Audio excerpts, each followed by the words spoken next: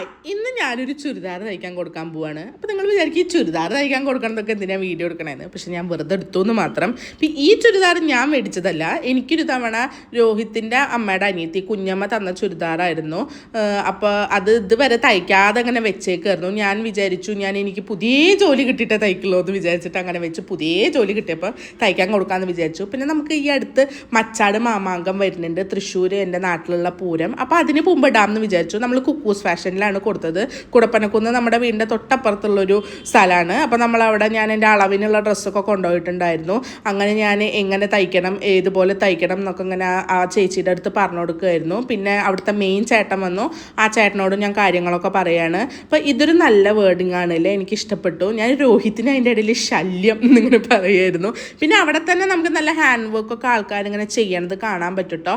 അത്യാവശ്യം നല്ലൊരു സ്ഥലമാണ്. നമ്മൾ മുന്നേ ഇവിടെ ഡ്രസ്സ് തയ്ക്കാൻ കൊടുത്തിട്ടുണ്ട്. നന്നായി തയ്ച്ച് കിട്ടിയോണ്ടാണ് ഇവിടെ തന്നെ കൊടുക്കാമെന്ന് വിചാരിച്ചത്.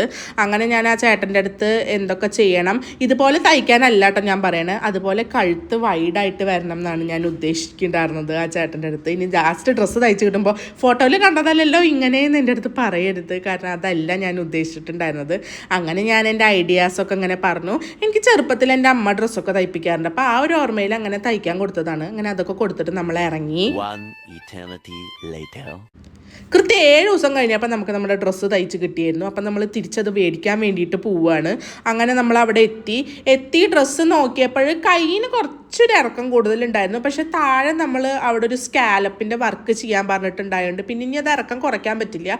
അത് കുഴപ്പമുണ്ടായിരുന്നില്ല. പിന്നെ കുറച്ച് ലൂസ് ഉണ്ടായിരുന്നു. അപ്പോൾ അവിടെ നിന്ന് തന്നെ ഇട്ട് നോക്കിക്കോളാൻ അവർ പറഞ്ഞതാണ്. പക്ഷെ ഞാൻ എൻ്റെ അഹങ്കാരം കാരണം ഇട്ട് നോക്കിയില്ല. വീട്ടിൽ പോയിട്ട് ഇട്ട് നോക്കിയപ്പോൾ ലൂസ് ആയതുകൊണ്ട് നമ്മൾ പിന്നെയും തിരിച്ച് വന്നിട്ട് അപ്പം തന്നെ അവരത് എനിക്ക് ശരിയാക്കി തന്നു. അങ്ങനെ നമ്മൾ നമ്മുടെ പേയ്മെൻറ്റൊക്കെ ചെയ്തു.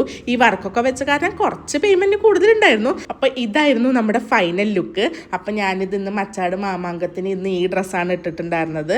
അപ്പോൾ അത്രയേ ഉള്ളൂ. എല്ലാവർക്കും ഇത് ഇഷ്ടപ്പെട്ടു എന്ന് ഞാൻ വിചാരിക്കുന്നു. അപ്പോൾ ബായ്.